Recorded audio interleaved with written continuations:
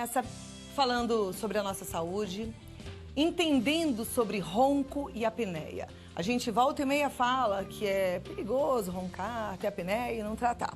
Eu mesma, na semana retrasada, fui fazer uma polissonografia, mostrei aqui no Vida Melhor, né?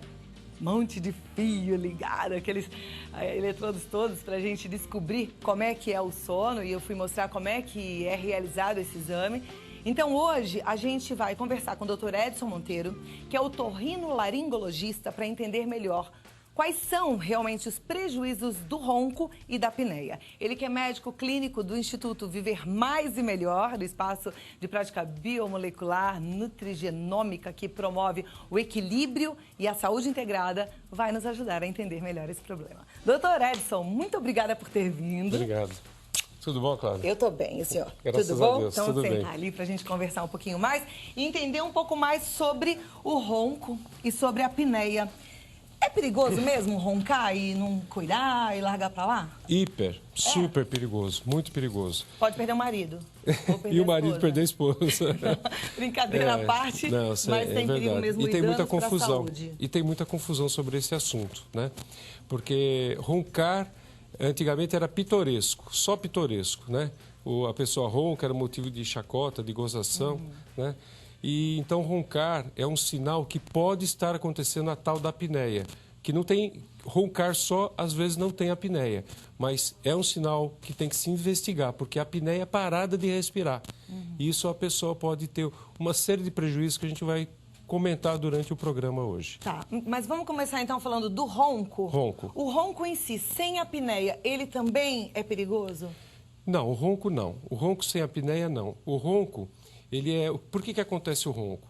Porque a pessoa tem uma flacidez, geralmente essa é a causa, flacidez do céu da boca, onde tem a campainha, que é a úvula, o palato. Então essa flacidez, ou lá atrás da faringe, que é aquele tubo que desce até da garganta, até lá embaixo, até o esôfago. Então, com a flacidez desses tecidos, que com a idade vai acontecendo, né, depois dos 40 anos, porém, alguns jovens com 20 e poucos anos já estão apresentando apneia, ronco. Então, essa flacidez faz com que quando a pessoa está relaxada, dormindo, esse músculo entra em relaxamento maior e aí há uma constricção. Então, quando ela puxa o ar entra com dificuldade, vibrando essas estruturas e causa o ronco. Quando a coisa é muito grave, que o ar não consegue passar porque a constrição é muito grande, o fechamento é muito grande, aí se torna a apneia. A pessoa puxa o ar, o pulmão, quer dizer, o tórax, faz o movimento e não consegue passar por causa da obstrução. Para mim é claro entender que a apneia faz mal e que é perigoso se a gente não tratar, mas o ronco eu não consigo entender. Aonde que está o perigo, então? Não, é o que eu falei, não tem perigo no ronco, mas o ronco precisa ser investigado porque ele é um sinal possível de já haver um comprometimento, se não já futuro, de ter apneia. E também o ronco não tratado pode virar um ronco mais forte, uma apneia? Pode. Não quer dizer que virá, mas pode, porque é um sinal. Tendo ronco, tem que investigar a apneia. E tem uma coisa, né, Cláudia? Todos que estão nos assistindo sabem disso. A pessoa que ronca e dorme, a pessoa que dorme ao lado de uma pessoa que ronca, ela não consegue ter um sono adequado. E se a pessoa não dorme adequadamente, ela acorda com humor estragado, ela acorda com uma série de problemas, inclusive de ordem clínica ao longo do tempo. Por quê? Porque nós precisamos dormir para ter hormônio de crescimento liberado durante o sono e hormônio tiroidiano liberado durante o sono.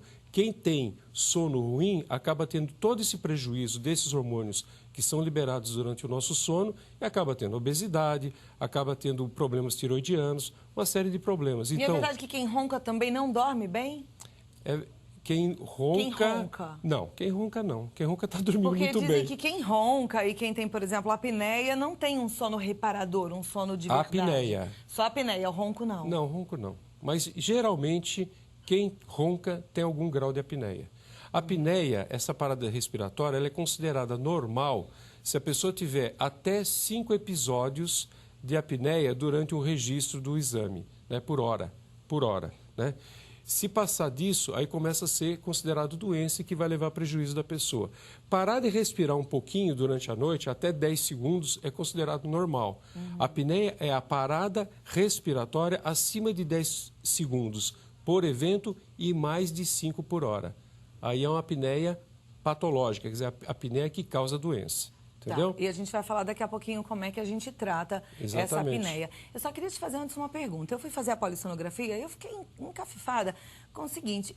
Lá eu não estava na minha condição normal de dormir. Até conversei já com a médica lá sobre isso. E eu fiquei pensando nas pessoas que vão fazer esse exame. Porque gera uma ansiedade, porque a gente não está em casa.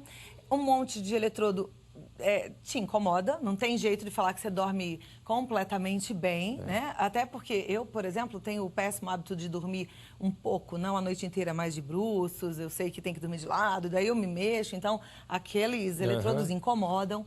E essa agitação também gera uma certa insônia. Verdade. Sem contar que a pessoa que dorme de barriga para cima, eu fico também, já até conversei sobre isso, uma pessoa que dorme de barriga para cima, ela tem mais propensão a roncar, né? Sim, claro, porque pelo efeito da gravidade, né? O céu da boca, eu estou usando termos mais simples, né? O céu da boca, ele está ali, cai para trás. Se você está de lado, é uma forma que evita o ronco. Você tem toda a razão. O ambiente, por mais confortável, por mais que seja um ambiente com ar-condicionado, com TV de plasma... Não, é super gostoso, eu mostrei aqui Por no melhor programa. que seja, Mas é inóspito, não é a sua cama, não é o seu quarto. É verdade. E por isso que hoje em dia já existe a iniciativa de se fazer esse exame em casa. Então é como se fosse aquele exame de pressão Holter que coloca, vai na clínica, coloca o aparelho, a pessoa passa 24 horas com o aparelho, depois volta e descarrega os dados na clínica, no computador. Já existem aparelhos para verificar o sono, que analisa todos os parâmetros daquele aparelho grande que faz nos institutos, ótimo, então. que aí é melhor. Porque a pessoa vai, ela é instalado o aparelho e ela vai para casa. E às vezes até, havendo necessidade, vai um técnico e dá o repasse final na cama, no quarto da pessoa. Depois vai embora e deixa a pessoa em casa. É muito mais confiável um exame desse. Agora, a opinião de quem dorme junto também tem que ser levada em conta, Muito. né? Porque normalmente o companheiro, marido ou mulher fala, você ronca à noite. E a pessoa tem que levar em conta isso. E a pessoa geralmente não reconhece que ela ronca.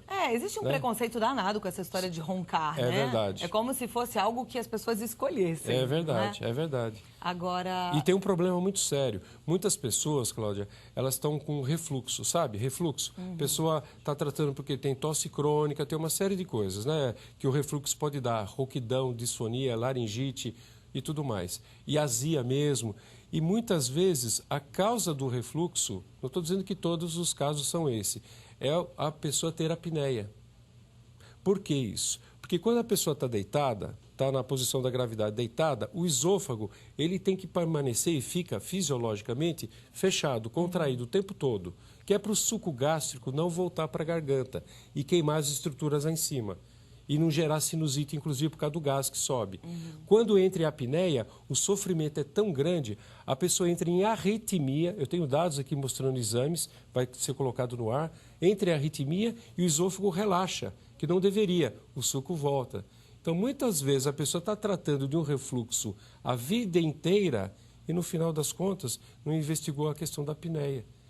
Se ela tiver apneia, fatalmente ela vai ter refluxo. Nossa, é impressionante como o nosso corpo ele é todo interligado, né? E ele é inteligente e nem um sintoma que aparece no nosso corpo não está ligado a outro. A gente precisa realmente prestar atenção nesses sintomas para investigar a causa. Hoje a questão da apneia, essa doença apneia, que hoje felizmente já está muita gente conhecendo, você está trazendo agora para a mídia. Enfim, essa doença é considerada parte da síndrome metabólica, que é diabetes, hipertensão, obesidade. Por quê? Porque ela leva a vários transtornos de obesidade. Então, eu vou dizer uma coisa aqui para ficar gravado.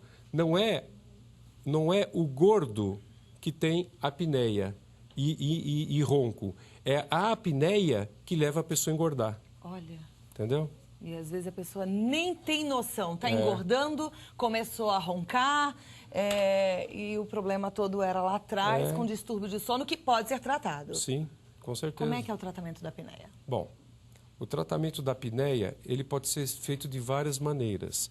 Se a apneia for leve, a pessoa pode começar com o tratamento até usando próteses dentárias, né, que segura o palato, tudo, para casos leves. Não resolve todos os casos. Mas os casos mais leves, bem indicados, isso é o primeiro tratamento.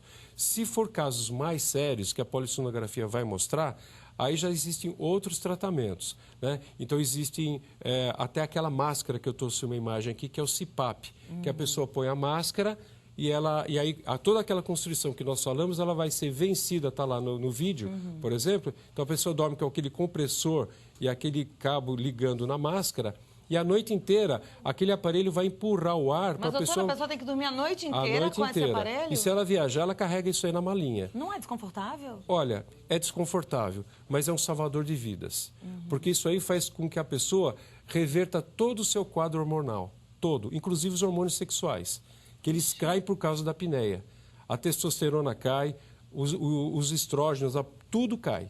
Né? Então cai a libido, cai a força muscular, cai tudo. Gente, eu estou pensando, tanta gente sofrendo com tudo isso, com queda desses hormônios, com enfraquecimento muscular. Então, é muito importante usar... Tratar a apneia. Sim, é muito importante então usar aparelho. A pessoa vai usar aparelho quando? Quando ela não quer se submeter a um tratamento cirúrgico mais sério, um tratamento cirúrgico que é muito sofrido, mas é resolutivo. Eu trouxe um exame aqui para mostrar o pré e pós-operatório de um caso que eu tenho mais de centenas de casos feitos, são 30 anos operando isso.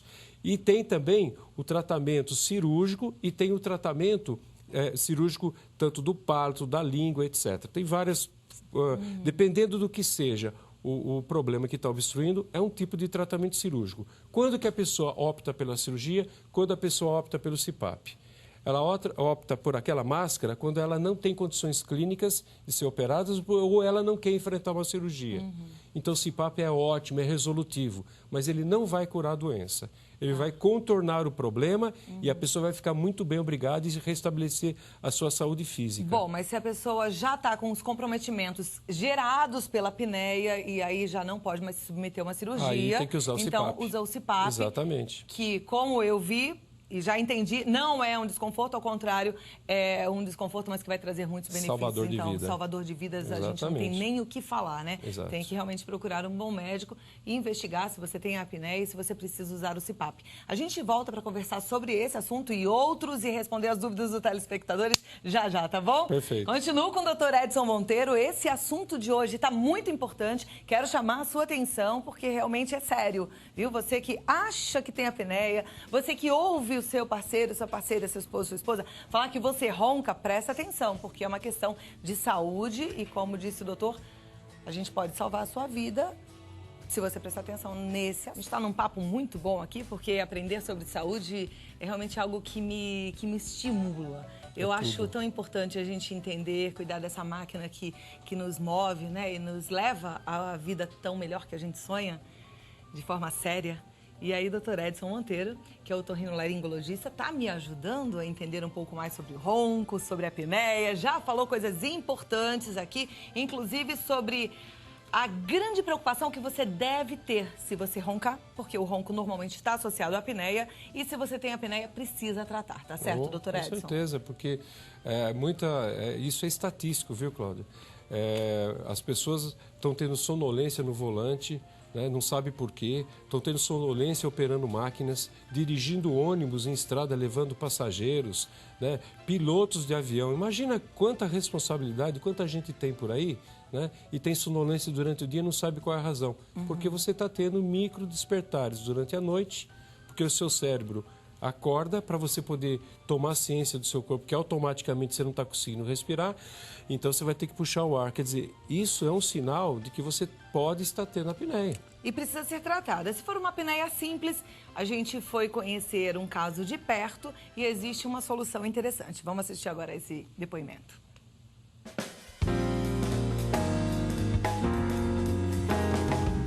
O fato de eu estar com excesso de peso, passei a roncar.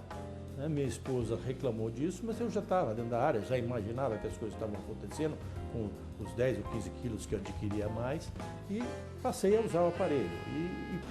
Eu quis experimentar. E é lógico que eu tenho as minhas preferências pessoais, eu gosto mais de um modelo por ser mais ou menos confortáveis, obviamente. Tal qual um aparelho de ortodontia de um adolescente, você acostuma, ele é muito bem recebido, né, o aparelho para o ser humano. A obesidade mórbida são máscaras nasais, que é para apneia grave, a gente chama de CPAP. CPAP é CPAP, que é a abreviação do inglês com Continuous Positive Airway Pressure, pressão contínua positiva. são respiradores mecânicos. São máscaras que se colocam, presa por um aparato que segura essa máscara na cabeça. Ela tem um cano que é ligado a um outro aparelho e ele vai injetar ar no indivíduo. Então, pela pressão do ar, ela mantém a passagem de ar aberta.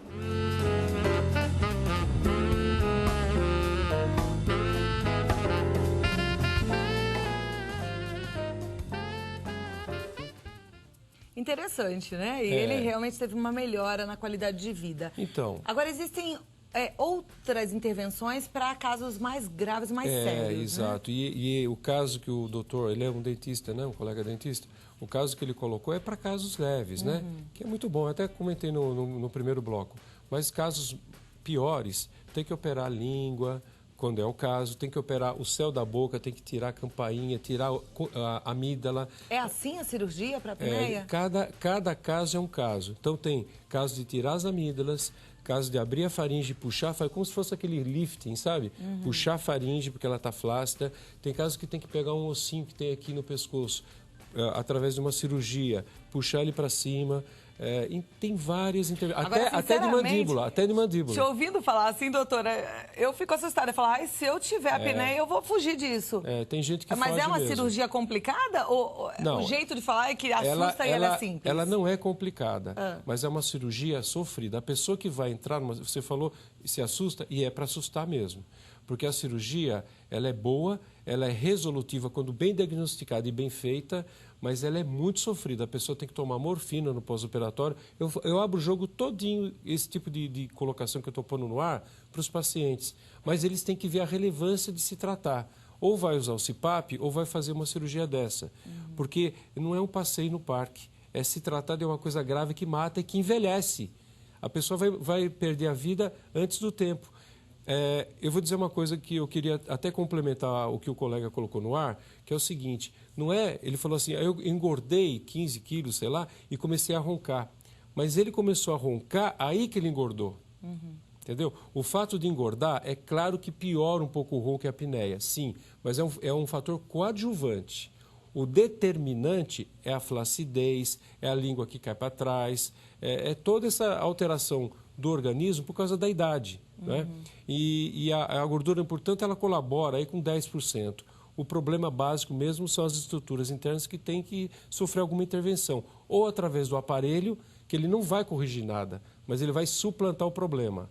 Então a pessoa vai ter vida normal usando o aparelho, ou opera. Agora, esse aparelho ele é indicado por um otorrinolaringologista ou um especialista do sono? Geralmente é otorrinolaringologista, neurologista, pneumologista e cardiologista, mas qualquer médico pode indicar. Mas geralmente são esses, porque é nesses que acaba indo os quadros neurológicos. Aí o paciente compra um CPAP para ele? Ele compra. Quanto custa um CPAP? Olha, hoje em dia tem aparelhos de R$1.000, R$1.500 até R$3.000. Não é tão caro. Quer dizer, para a maioria da população é uma coisa muito cara, mas não é um aparelho exorbitantemente caro, né? Mas a pessoa, se ela tem dúvida se vai comprar, ela pode ir nessas lojas que vendem aparelhos, são várias marcas, ela vai e aluga o aparelho. Então as pessoas alugam por R$300, R$200, alguma coisa por mês, e aí a máscara ela vai ter que comprar, porque a máscara é individual, né? E aí ela vê se ela se adapta.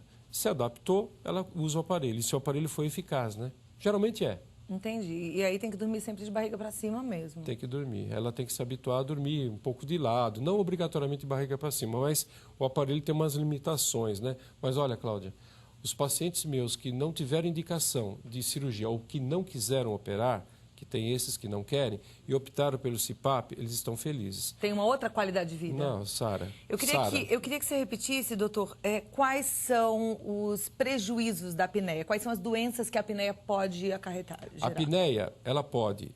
No começo, a apneia, ela é obstrutiva. Ou seja, é problema mecânico que está fazendo com que a pessoa tenha apneia. Com o tempo, isso vai piorando e vai se tornar um problema neurológico. Mesmo que você opere, ela não vai ter mais conserto, porque ela vai ter uma apneia central. Quer dizer o seguinte, ela não vai ter mais o estímulo do diafragma funcionar para ela respirar. Esse é o primeiro ponto. Outro problema, cai todos os hormônios da pessoa. Cai hormônio tiroidiano, ela vai ter hipotiroidismo subclínico, vai ter problemas da ordem sexual, queda da libido, queda de vontade de fazer as coisas, flacidez muscular, baixo desempenho nas atividades de academia, quer dizer, faz regime e não consegue o regime para frente. Então, é todo esse colorário. Você falou até de diabetes, né? E o pior é diabetes, claro. Problema cardíaco também. Cardíaco também. A pessoa pode infartar durante o sono com apneia. Porque os registros mostram nos exames, vários pacientes, que quando ele entra em apneia, o coração vai bradicardizando, quer dizer, desculpa o termo, a pessoa às vezes não sabe o que é bradicardia. Vai caindo a frequência cardíaca e aí começa a entrar em falta de oxigenação, aumenta a frequência cardíaca e entra em arritmia. Todas as apneias são potencialmente risco cardíaco. Bom, já sabemos que temos que cuidar, né? E levar a sério. Algumas perguntas foram deixadas lá no Face. A Kemily Leandro Hidalgo, de São José do Rio Preto, diz que meu marido tem apneia grave, fez uma cirurgia de adenoide, mas o médico disse que ele não está curado. Existe algum procedimento para a cura? Então, existe procedimento para buscar cura. Nem sempre é possível. A cirurgia, ela pode curar ou pode amenizar, melhorar muito o quadro. A cirurgia da adenoide só não é suficiente em geral, né? Então, precisa investigar melhor, talvez tenha que fazer uma úvulo-palato-faringoplastia, é um nome complicado. É uma cirurgia do palato, das amígdalas, e, enfim, tem que investigar o caso. Então, ela tem que investigar, porque se a adenoide só não resolveu, tem que buscar mais recursos. A Paty Wolf de São Paulo pergunta se é verdade que existe um tipo de aparelho feito por dentista que ajuda na apneia. A gente mostrou aqui. Nós vimos num vídeo. E realmente ajuda? Ajuda. A Rosânia Maria Gonçalves Evangelista diz que o marido dela tem 53 anos, é magro, pratica esportes, já operou para melhorar a apneia há muitos anos, porém anda sofrendo novamente com a apneia e também com refluxo. O que ela deve fazer? O refluxo nós já comentamos, né? A apneia pode gerar o refluxo. Ela precisa ser investigado para avaliar se há necessidade de um retoque em algum ponto da cirurgia ou se o caso demanda agora usar o CPAP. Uma pessoa que fez a cirurgia, ela pode fazer novamente a cirurgia? Pode ser necessário fazer um retoque, é pouco provável, mas é possível. Ok. Tem outras perguntas, a gente vai passar todas para que depois o senhor possa responder aos nossos telespectadores, viu, doutor Edson? Muito obrigada pelo assunto, um assunto tão importante. Alguma consideração final? Não, eu estou muito feliz de estar aqui de novo com vocês e é sempre importante a gente trazer esse tipo de assunto, né, na mídia, porque muitas pessoas desconhecem ainda e estão se tratando de outras coisas, dando a volta em cima de problemas e que às vezes a causa pode ser identificada se investigar, por exemplo, no caso aqui, uma apneia, né, Cláudia? E eu vou falar, enquanto a gente é jovem, está com saúde, a gente precisa procurar tratamento. É muito interessante que às vezes a gente fica com preguiça ou com medo, fala, uma cirurgia tão... E aí empurra com a barriga, né? Só que lá na frente os prejuízos são grandes e aí já a dificuldade para operar é maior e aí você já perdeu tanto em qualidade de vida. Então, busque cuidar da sua saúde enquanto há tempo, viu? E eu conversei com o Dr. Edson Monteiro, que é otorrinolaringologista. O site é o www.edsonmonteiro.med.br e um contato para você tirar suas dúvidas com o Dr. Edson é edson@edsonmonteiro.med.br. O telefone 0 operadora 11 2950 2339, tá certo? Muito obrigada. Gostei muito do nosso bate-papo aqui hoje. Foi ótimo. Também. Até a próxima, Até a doutor próxima, Edson. se Deus quiser.